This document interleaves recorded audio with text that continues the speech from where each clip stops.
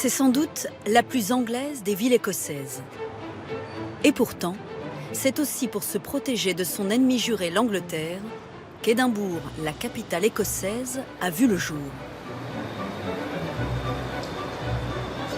Installée en hauteur, sur la langue d'un ancien glacier, une ville médiévale se développe à l'abri des remparts. Ces passages sombres résonnent encore du fracas des batailles livrées contre les Anglais.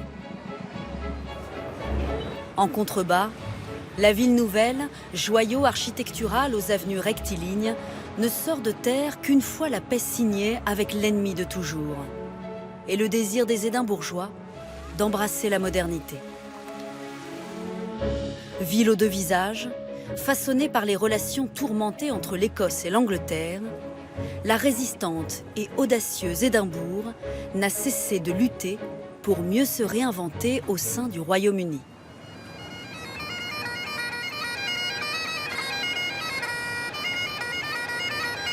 Aux origines de la ville était le fort. Édifié dès le 7e siècle sur un emplacement stratégique, sa mission est simple. Éviter une invasion de l'Écosse par ses ennemis héréditaires, les Anglais. À mesure que les attaques britanniques se multiplient dans la région, de plus en plus d'Écossais s'installent à l'ombre protectrice de la forteresse. Édimbourg devient une cité refuge qui s'organise le long du Royal Mile, l'artère principale. Nous sommes là où se tenait un ancien accès de la ville, la porte Netherboard. C'était l'entrée principale de la cité médiévale d'Édimbourg.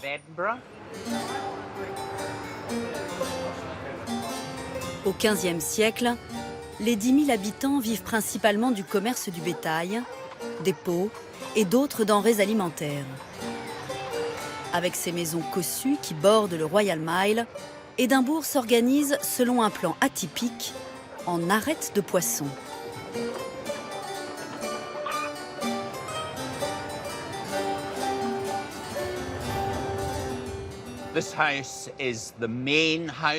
Cette maison est la plus importante et l'une des plus remarquables à l'entrée de la ville. Elle appartenait à un joaillier, l'artisan le plus riche de la ville. Et elle fut ensuite acquise par le joaillier royal. Édifiée à partir de 1450 et profondément remodelée en 1561, cette maison est l'une des dernières demeures médiévales de la ville. Au rez-de-chaussée, on peut encore imaginer les Luckenbooth, ces échoppes minuscules d'où l'on commerçait. Les étages, eux, servaient d'habitation et de lieu de représentation. Voici la principale pièce de réception de la maison, après son réaménagement en 1561. Au sol, il y a encore les poutres d'origine. À cette époque, toutes les pièces étaient multifonctions, pour recevoir du public le jour et dormir la nuit.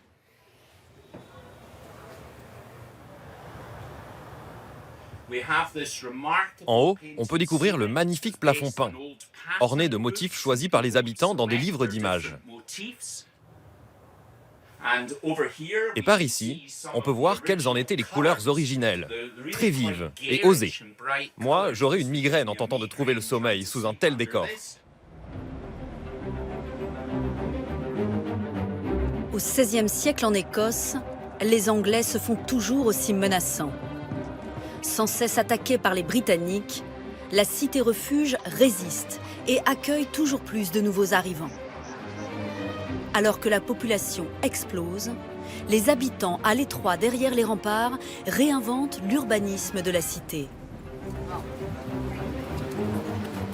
Peu à peu, les espaces derrière les maisons, à l'origine des jardins, vont être lotis. De plus en plus de bâtiments vont y être construits.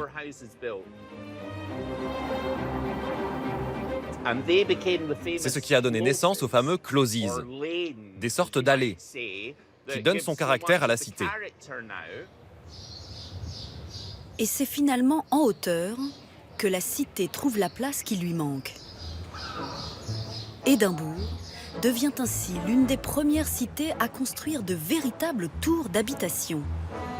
À partir du XVIe siècle, Les immeubles allant jusqu'à 15 étages deviennent la norme, comme ici, le long du Royal Mile. Je me trouve devant le bâtiment Gladstone Land. C'est un tenement, c'est-à-dire un immeuble d'habitation. Il a été construit en 1617. Ici, un marchand tenait boutique au rez-de-chaussée. Il stockait ses biens au sous-sol de l'immeuble et habitait au premier étage. Il louait le reste de l'immeuble à des locataires. Les plus riches habitaient les deuxième et troisième étages, tandis que le grenier était destiné aux pauvres. Il y avait beaucoup moins d'espace, mais surtout, ils devaient transporter l'eau jusque là-haut. Dans les immeubles, l'insalubrité, le manque d'air et d'espace rendent les conditions de vie difficiles. Riches et pauvres s'entassent littéralement les uns sur les autres. Et c'est à l'extérieur que se déroule la vie sociale, dans les pubs, mais surtout en pleine rue et par tous les temps. Ces arcades étaient le refuge parfait pour tenir de grandes conversations. C'est là que tous les Édimbourgeois, les philosophes, les économistes, les poètes pouvaient converser. À la fois en retrait de la rue, mais pas encore à l'intérieur. C'est dans ce cadre qu'a fleuri le Scottish Enlightenment, l'âge des Lumières écossais.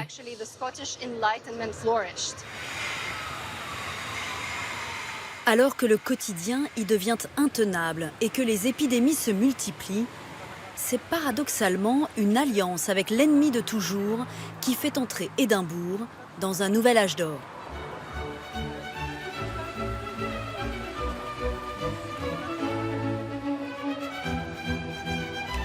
Au moindre rayon de soleil, les Édimbourgeois prennent d'assaut les Princess Street Gardens, situés en contrebas des remparts. Sur près de 15 hectares, c'est le véritable poumon vert de la ville. Après plus de 7 siècles de guerre et de combats, le 1er mai 1707, l'Écosse s'allie à l'Angleterre. Ce sont les premiers pas du Royaume-Uni.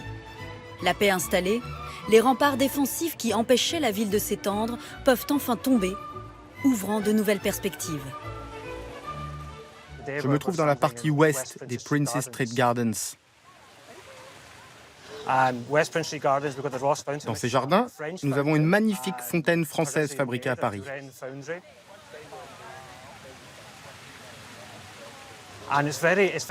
Ce jardin illustre parfaitement les jardins d'agrément victoriens. À l'époque, l'Écosse entend montrer qu'elle adhère totalement à l'Union.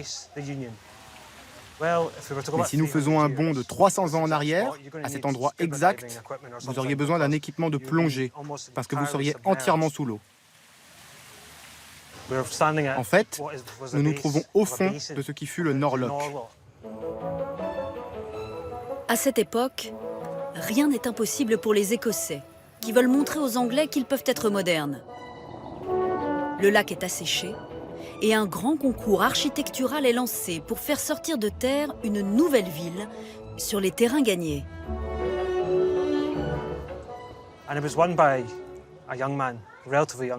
C'est un jeune inconnu de 26 ans, un architecte à peine diplômé qui remporte le concours. C'est clairement une surprise. Son projet reflète l'esprit des Lumières qui souffle sur la ville. Une pensée plus logique. Une structure simple, avec des rues à angle droit, des avenues larges, beaucoup d'espace pour avoir de l'air frais.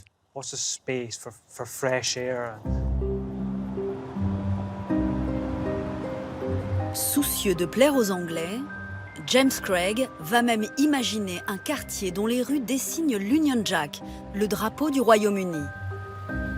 Mais ce projet sera abandonné au profit d'un urbanisme plus simple. Édimbourg veut faire peau neuve, délaissant jusqu'à son identité profonde.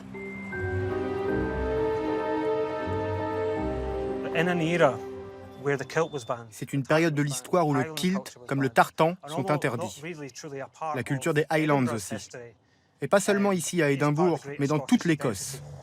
Ils entendent embrasser la culture britannique unifiée. Et ce désir, on le retrouve sur le nom des rues de la ville nouvelle. George Street, Frederick Street, Charlotte Square, à mesure que les bâtiments de la ville nouvelle sortent de terre, les voilà baptisés de noms royaux britanniques. Ce qui est particulier ici, c'est cette façade d'un seul tenant, une façade de palais, alors même qu'il y a plusieurs bâtiments. Il est très difficile de savoir où commence l'un et où finit l'autre.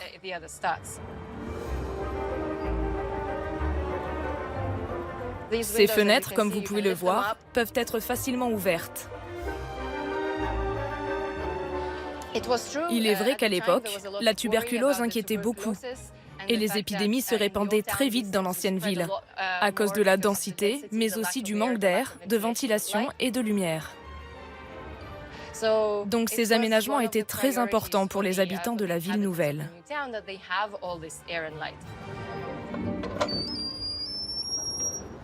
Le quartier s'organise autour de grands jardins privés dont seuls les propriétaires ont l'accès.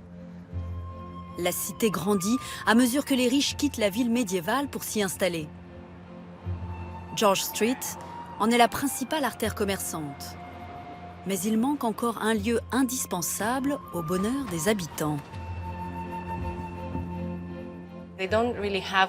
Les habitants n'avaient pas de lieu pour sociabiliser en dehors de leur maison.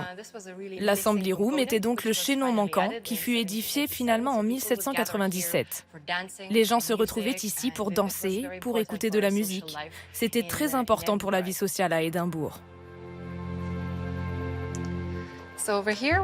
Par ici se trouve la scène où les musiciens jouaient pour les danseurs. Le hall en lui-même est décoré dans un style classique, tel qu'on peut le retrouver sur les façades des bâtiments de la ville nouvelle. Les mêmes éléments sont utilisés ici. Ces lustres sont aujourd'hui électriques, mais à l'époque, ils étaient pleins de bougies. Alors imaginez que vous ayez dépensé pas mal d'argent pour votre robe et que la cire des lustres coule. Je pense qu'il fallait stratégiquement éviter le centre de la pièce.